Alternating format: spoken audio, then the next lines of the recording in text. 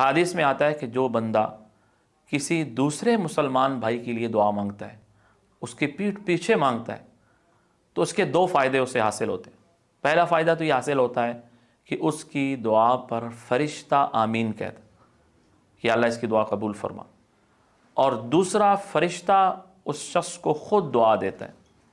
مثلا ہم نے کہا یا اللہ میرا فلاں دوست بیمار ہے، اسے شفا عطا فرما، تو فرشتہ آمین بھی کہے گا اور کہے گا یا اللہ اس دعا مانگنے والے کو شفا عطا فرما۔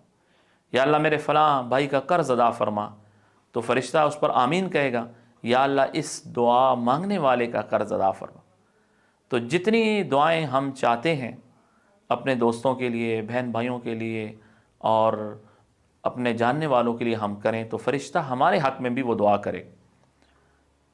اس لیے بعض مشائخ کا یہ معمول ہے، وہ فرماتے ہیں کہ ہمیں جب کوئی دعا مانگنی ہوتی ہے، کسی چیز کی ضرورت ہوتی ہے، تو ہم وہ چیز دوسروں کے لیے مانگتے ہیں تاکہ فرشتہ اس پر آمین بھی کہے اور فرشتہ ہمارے حق میں وہ دعا کرے۔ تو دعا کا دوسرا طریقہ یہ ہوا کہ انسان چلتے پھرتے اٹھتے بیٹھتے دعا مانگے۔